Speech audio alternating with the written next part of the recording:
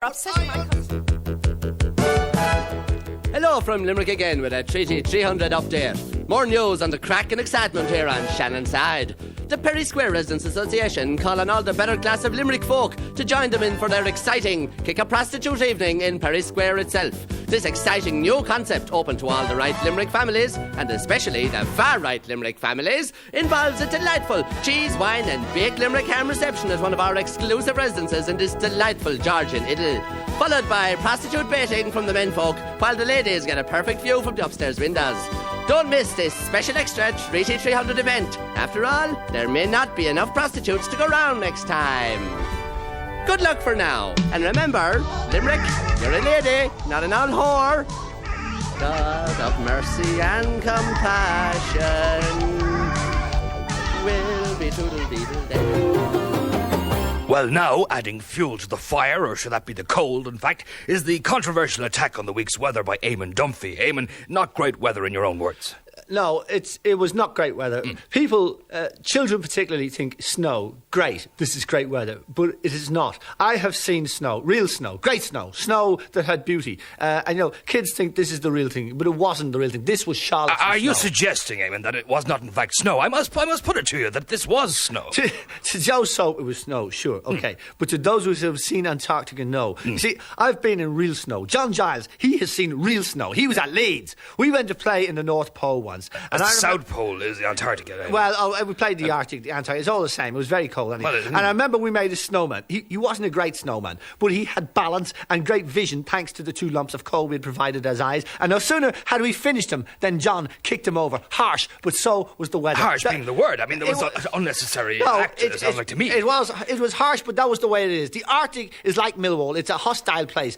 Not quite as cold, obviously, and perhaps a little bit more colourful, but it's a rough environment. I have met polar bears. Beautiful animals. Polar bears are bullies. They are wonderful. They think they are nasty guys. I remember going in hard against this polar bear, trying to win the herring he had, and he hurt me. The polar bear was physical enough. He was hefty enough to hurt me, but Gilesy wasn't fazed. He had the breadth of vision. He just smiled at the bear and broke his ankle. Now, he had to do that. That was with the respect. Arctic. No, I'll tell you another time when we were with Ireland, right? I remember we went touring the Republic of Ireland. We were touring the tundra, right? And Liam Toohey, who was manager at the time, went into an igloo with a sea elephant. And myself and Ray Tracy, we were behind, right? And we met these baby seals. Baby seals are pretty. They're beautiful. Yes. They have big eyes. Exactly. And Ray and I had been away from home on this tour for a while, and we were starved of female company. Now, hold on. What are you suggesting? Football does that. So we asked the baby seals to dance, but Gilesy, the consummate pro, just kicked their heads in and sold their pelts to Joe Kinnear. That took bottle and the club. That's a disgraceful act. No. This unnecessary.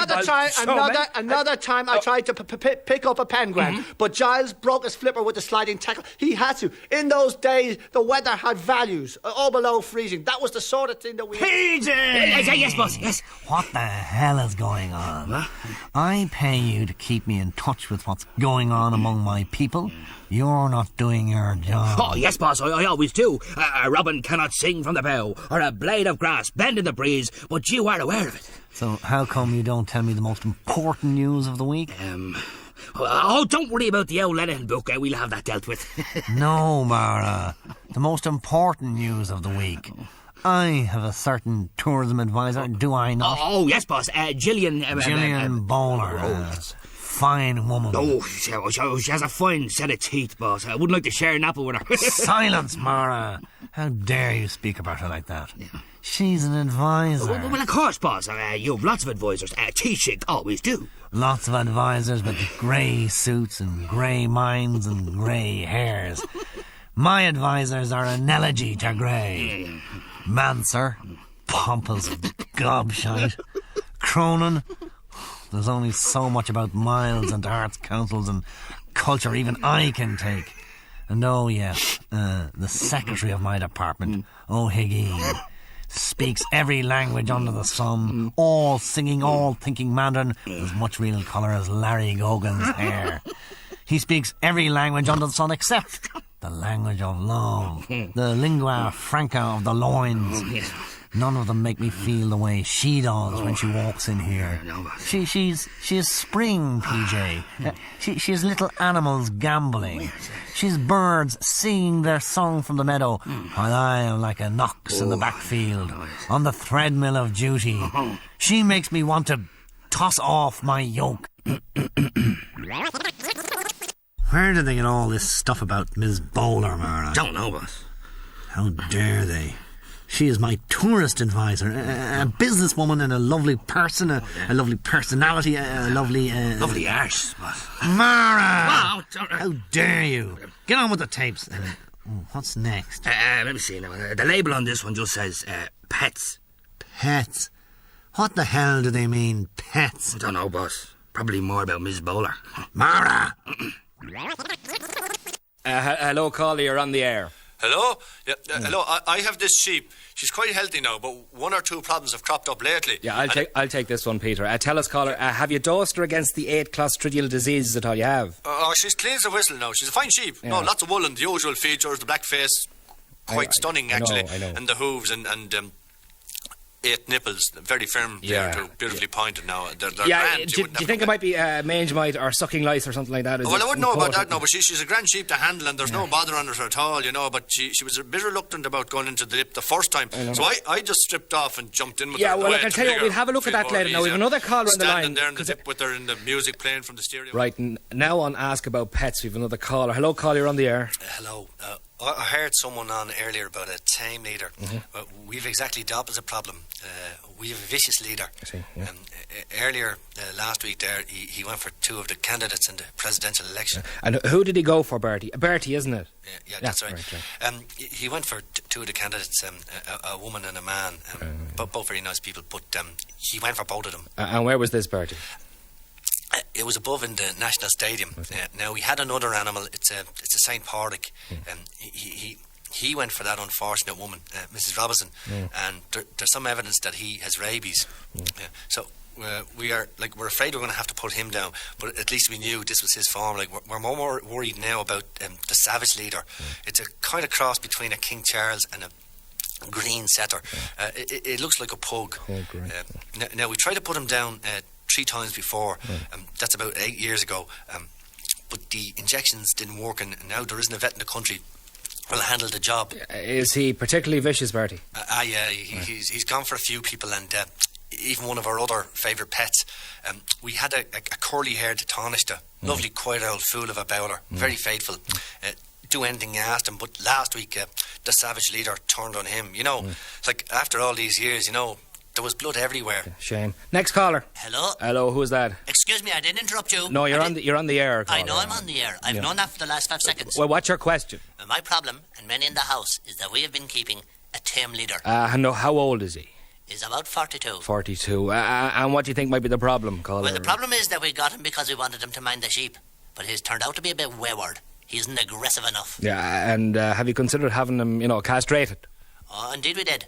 But when we looked, we couldn't find any. Yeah, next caller. Now, Eamon, you would appear to have, if you will forgive the unintended pun, got yourself into deep water over your attack on fungi. Yes, the so-called dingle dolphin. An unpopular move? Yes, of course it is. It's always unpopular when you attack this sort of thing. You see, people don't like to be told that the emperor has no clothes. They've been fed a diet of tabloid drivel about Dingy the dolphin. Fungi. The dolphin's name is Fungi. Whatever it's called. Yeah, we've been told that here is an intelligent life force, a mammal, etc. The truth is rather different. Now, Eamon, it has been scientifically proven that dolphins are very intelligent indeed. No, my point is that the Joe Soaps and the Decent Skins have told us and would have us believe that fungi is the real thing, the genuine article. But the truth is that fungi is not a great mammal. Now, if we could pull you up on that. Firstly, he's a sleight of hand merchant. He is basically a cheap, nasty contract. He is the Paul Gascoigne of the marine world. He has a few tricks, such as nuzzling your belly and hanging out with fishermen. He is for tourists. He is shadow and not substance. These are very serious charges. Now, can you substantiate any of these? Yes, they are serious charges. If you ask Miko Dwyer, great manager, if fungi, the high-flying fungi, ever entered his calculations, you will be greeted by a resounding no. He was never considered for his club. He was never considered for county honours either. When the going got tough against Brian Mullins or Colm O'Rourke, where was fungi? Question. Well, now, could we... No, question. The truth, the unpalatable truth,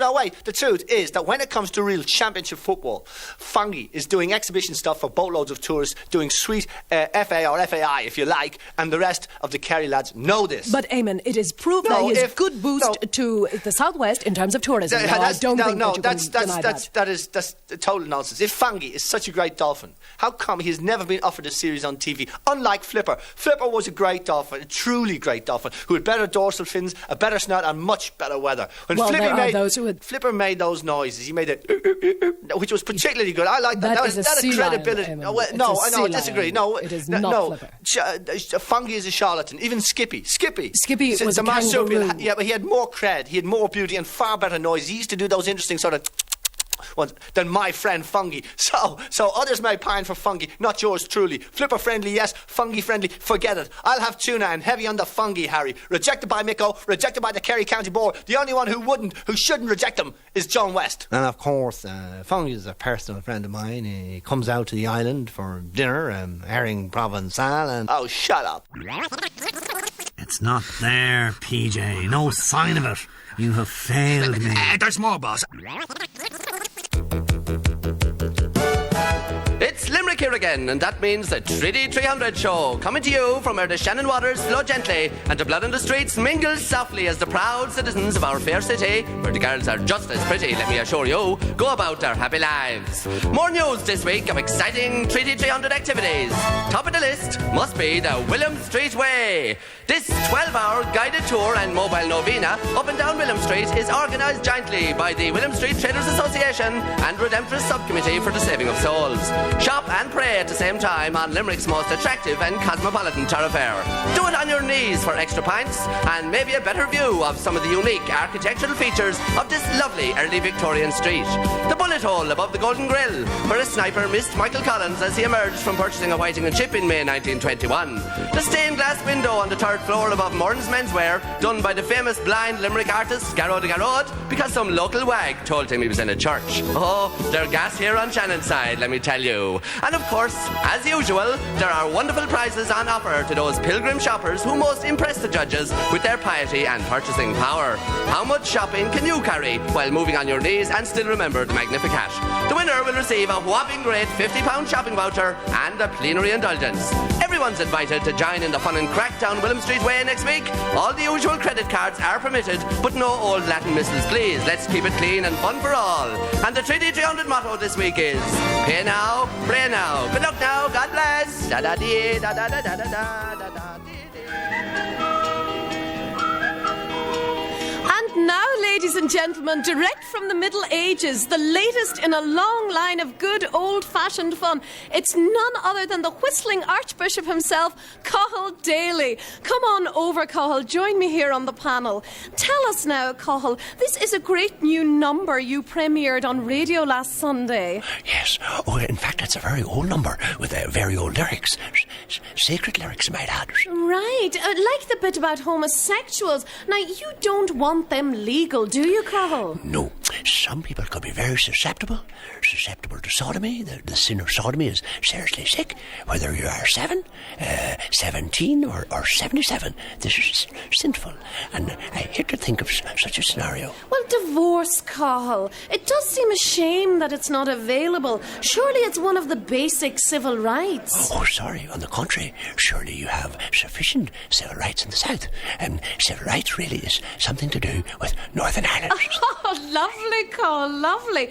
So tell us about your famous whistling act, Cathal. Is it difficult? Well, no, it's actually all I do is talk.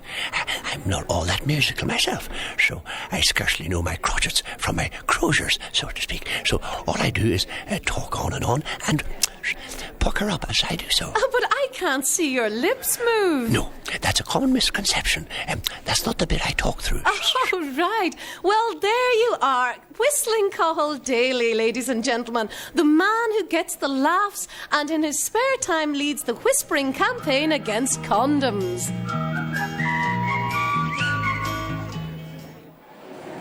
All right, class, time for catechism. Now, who made the world? Let's see. James McGee. Who made the world? Good question. Let me see. This would have been when? A couple of million years ago, I suppose. I think it was. And it wasn't the big Bulgarian boy, Alex Sokolov. That's a very simple question, Jimmy. Couldn't have been the Russian Stepashkin. I don't think it was him. Jimmy. My money's on the man who divided the sea from the land. Tremendous week-long performance, creating the world. I wouldn't be surprised if it wasn't the one and only Lord God Almighty, if I'm not mistaken.